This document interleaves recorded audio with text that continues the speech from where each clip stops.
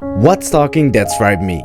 And today I'm gonna be talking about Lucifer. But before I begin, a huge disclaimer: most of my knowledge is based on the book called Lucifer from Joost van den Vondel. And if you think that name sounds weird, it's because it's Dutch, so don't go hate me if I say some terms wrong. I did it for a Dutch presentation, and I think this book has a lot of stuff that's very interesting, and it talks mostly about Lucifer's backstory. So, therefore, also another disclaimer: I'm going to be talking about Lucifer, that biblical. I think it's biblical.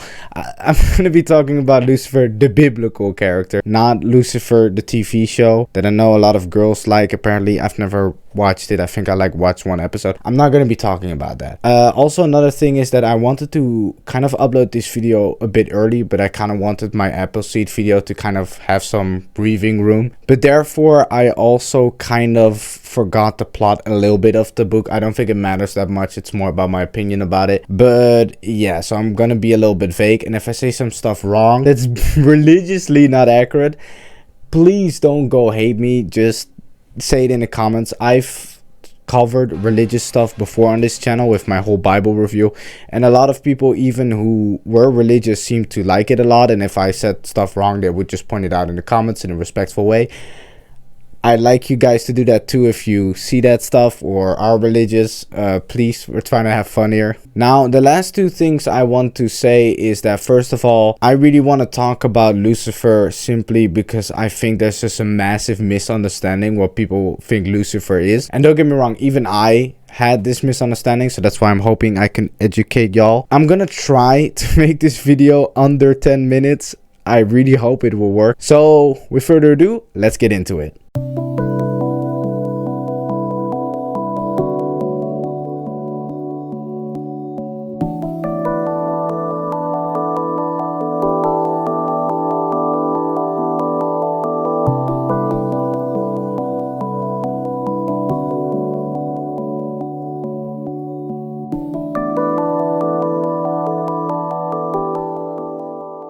So first off, the history, and this is just going to be a lot of yapping, but it is important, so I'm going to try to do it quick. I guess I kind of do have to explain the ranks kind of in the heaven, I guess. You have angels, which are the lowest rank actually, and then you just have all these random other creatures, I guess, of the Bible. If y'all have ever seen, I don't know why I keep saying y'all, by the way. If you guys have ever seen those videos of biblically accurate angels, most times they are kind of referring to those weird creatures that are way higher than the angels in ranks, and those are the only ones that truly talk with God. A lot of people think that angels talk to God, but that is kind of wrong. I think it's only Michael or Michael, I don't know how he's called in English, who is the only one who kind of messages between the angels and the high creatures, and maybe God, but I'm not sure. So don't quote me on that. But that is basically the ranking. So the angels are kind of low in society, right? It's going to be important for later. So how the story goes is that I think it's Apollyon who kind of scouts the earth. And this is in the time frame where Adam and Eve exist, and they have I guess their kingdom of humans. I still don't know how that makes any sense. Did they just commit incest over and over again? How does that work, right? It's one couple, guys, but it doesn't matter. They have their kingdom, right? And the angels don't really know a lot about this, so that's why Apollyon kind of scouts it, right? And he goes there and he's like, what the hell? Earth is beautiful, they have all this free food. They can fuck wherever they want to fuck. It's awesome. And he tells that to, I don't know if it's Lucifer directly, but it's one very close friend to Lucifer, and he's like, oh my god, Earth is awesome, right? Apollyon comes up to heaven and he tells that friend of oh my god, Earth is awesome, it's an awesome place, and humans are basically free to do whatever. So Lucifer and that guy are kind of what the hell? Why don't we have that freedom? And why do humans have that freedom? This is kind of where the seeds start to plant of the massive battle that comes at the end of the book. And that is kind of a one point. And the other point is that God in the book eventually, or like not eventually actually, like also at the beginning, is kind of like, yeah, I know you guys are kind of basically my slaves, but even though humans don't do shit for me, I kind of like humans a little bit more. So what I'm gonna do instead is kind of reincarnate as a guy, I don't know if you know this name, Jesus, and just kind of chill with the humans for a while. He basically says that he thinks humans are better than angels, and Lucifer is kind of there like, okay, bro, what the hell? We're like literally your slaves. We get nothing like paid for it or whatever. And these humans don't have to do shit and you like them more than us. That's bullshit. Lucifer starts kind of grouping up with a lot of people. In the book, they're called Luciferisten.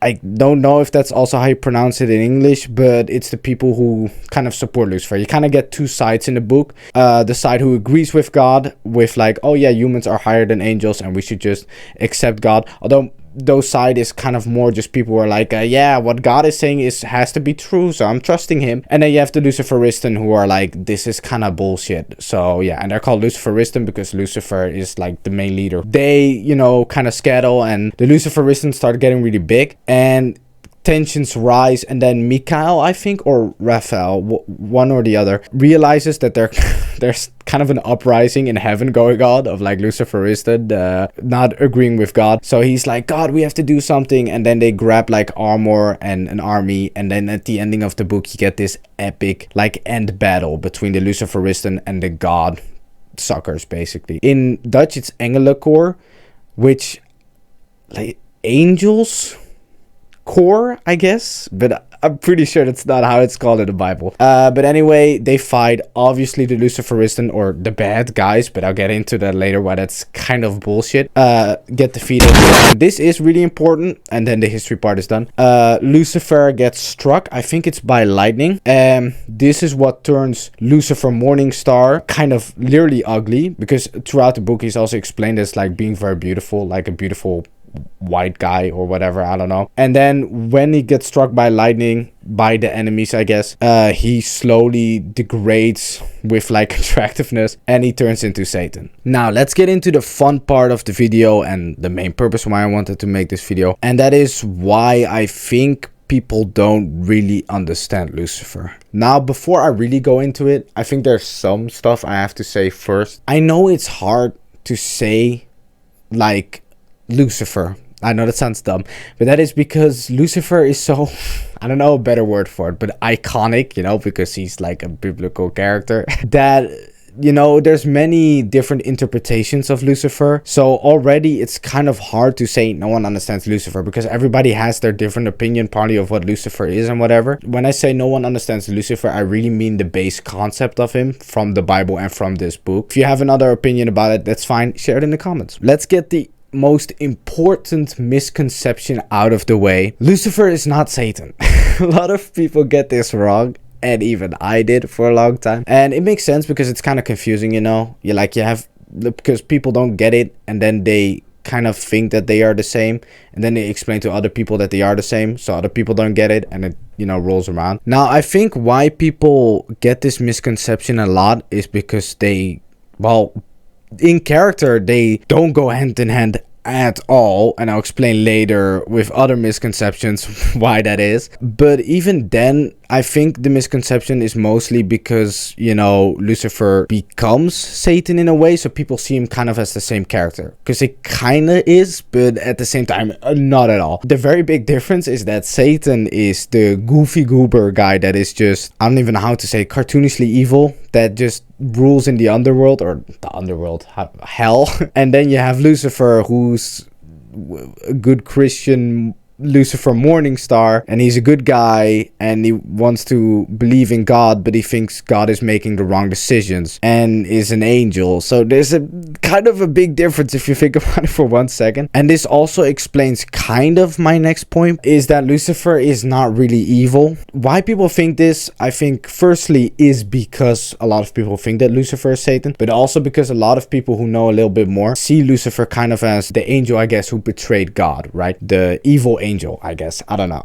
I think a very important thing, and this is my first point, is that evil in the Bible is not necessarily evil.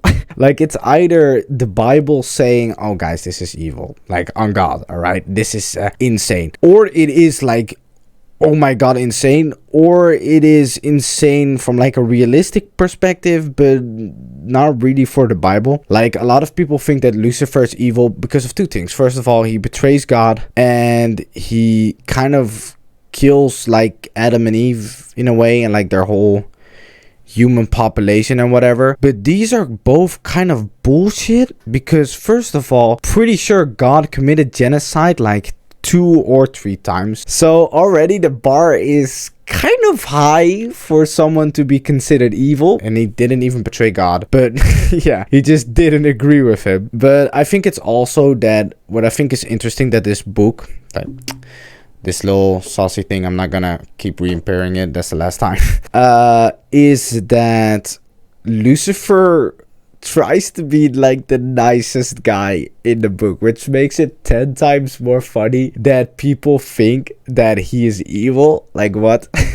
Like, basically how it goes, like, at first he's like, wow, I said like way too many times. He is like, oh my god, humans have it way better than us. What is this? Why does God do this? You know, why do we have such shitty lives? But he's kind of like, well, we're angels, right? We have to do what we have to do. It's okay. And then God gives his dumbass statement of like, oh my god, humans are actually better. And that kind of annoys Lucifer. But it isn't like, I don't know, like Ninjago annoyed bullshit where he suddenly turns evil there. He even cries, I think, like 2 times in the book, because he's genuinely sad that he thinks God is making mistakes. And that just shows that Lucifer isn't really evil, because he sees God truly as a friend and a father, which makes sense. He's just very sad that his friend slash father is doing stuff wrong, and he first off kind of tries to do the right thing and be like, hey yo God, this is probably not right. And that's why he wants to start the whole revolution or whatever, not really revolution,